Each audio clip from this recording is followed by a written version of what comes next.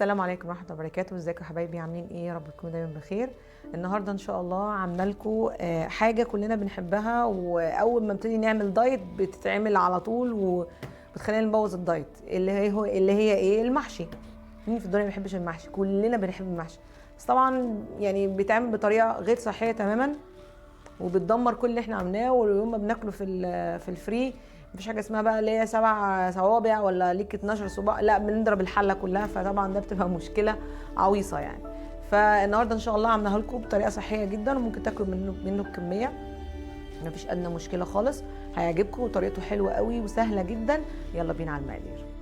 معايا حوالي نص كيلو كوسه مقوراها كويس، شايله قلبها على جنب هحتاجه بعدين.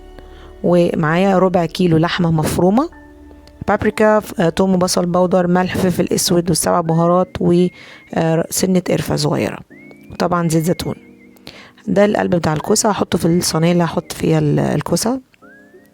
هوريكم ازاي بقور الكوسه، لان في ناس مبتبقاش عارفه بتقور ازاي. هتعامل معاها بالراحه عشان بس ما تفرقعش مني او تتخرم. تمام. وازاي بعمل التجزيعه اللي عليها من بره دي؟ بتتعمل برضو بالمقوار اهو زي ما انتم شايفين كده. بس خلاص، هي سهله قوي الكوسه في تقويرها، يعني مش مشكله خالص، بس تعمل معاها بالراحه. تمام. هجيب اللحمه المفرومه، هنزل لكم دلوقتي المقادير على الشاشه، وانزل عليها كل التوابل اللي عندي، اقلبها كويس قوي. يا ريت وانتوا بتشوفوا الفيديو دلوقتي يا ريت تدوا لايك. اوكي حبايبي، خلاص كده. اللي عايزين نحط فلفل اسود وملح بس، مفيش اي مشكله لو ما عندكوش التوابل دي كلها يعني. خلاص بقت حاجه واحده هي والتوابل. دلوقتي هجيب الطاسه تيفال، احط فيها 4-5 نقط كده زيت زيتون. على فكره يا جماعه الرشاش ده حلو قوي قوي، وبتخليني اقتصد جدا في الزيت، ما احطش منه كتير. هجيب الكوسه، احشيها اللحمه مفرومه، اخد بالي كويس ان احشيها كويس قوي، اكبسها زي ما بيقولوا لحمه مفرومه، لان اللحمه بتكش على عكس الرز، الواحد بيحط نص الكوسايه وبعد كده بيكبر جوه الكوسايه، لكن اللحمه المفرومه العكس، فكتروا في اللحمه المفرومه قدروا جوه الكوسايه اهو. هرفعها على النار بس تاخد تشويحه كده، تاخد لون، عشان خاطر ده بيعزز الطعم قوي، يخلي طعم الكوسه يبقى باين، وطعمها بيبقى حلو قوي، وزيت الزيتون بيبقى باين فيها، بتبقى خفيفه كده وحلوه يعني. مش عاوزين تعملوا الخطوه دي مفيش مشكله، الغوها. بس انا بحبها اكتر لان بحس ان هي بتدي طعم اقوى للكوسه، عن ان هي تحس ان هي مسلوقه يعني لما تتحط في الفرن. alright.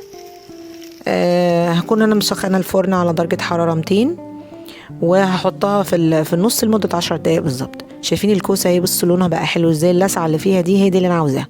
اللون ده حلو قوي، يعني بيدي طعم حلو جدا بعد ما تستوي.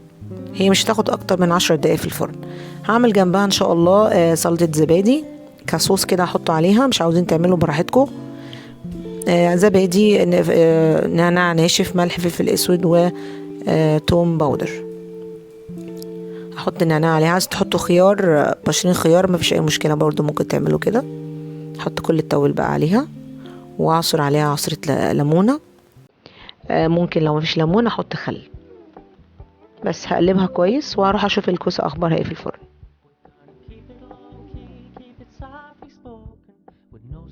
يا جماعه الكوسه زي ما احنا شايفين كده استوت ما شاء الله، بقت زي الفل. اخدها بقى ايه، نرصها في الطبق.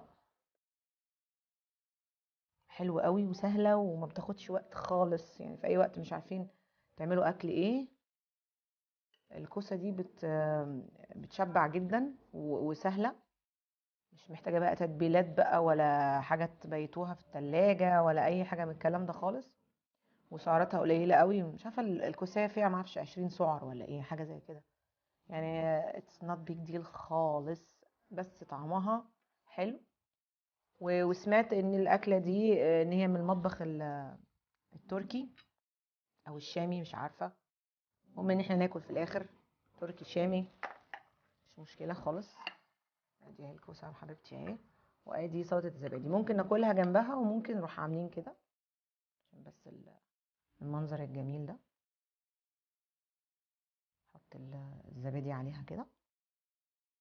النعناع طبعا عامل ريحه تجنن، تفتح النفس قوي. في نفس الوقت الزبادي حلو قوي مع الكوسه، هضم بقى وحركات ويعني شغل عالي قوي اهو. زود بس الزبادي، انا بحب، ممكن نخليها جنبها يعني. تمام بس ايه، الوصفه الاصليه بيحطوا بقى لوز وبيحطوا عين جمل وحاجات كده من فوق، بس ده غير متاح عندي دلوقتي. فانا هحط شويه نعناع ناشف كده من فوق، او ممكن نعناع فريش اللي موجود، بس عشان خاطر لزوم التصوير. بس هي دي هنقطعها دلوقتي مع بعضينا بقى قدام قصاد الكاميرا، وهوريكم بقى ايه الحلويات من جوه عامله ازاي. خليكم معايا. نجيب بقى الكوسه الجميله اللي عندي، هناخد مثلا دي.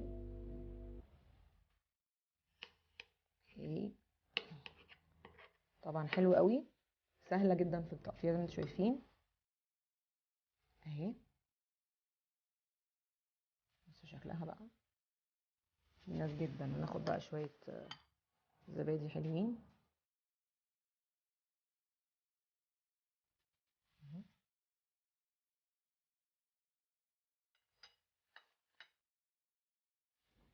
طعمها حلو قوي.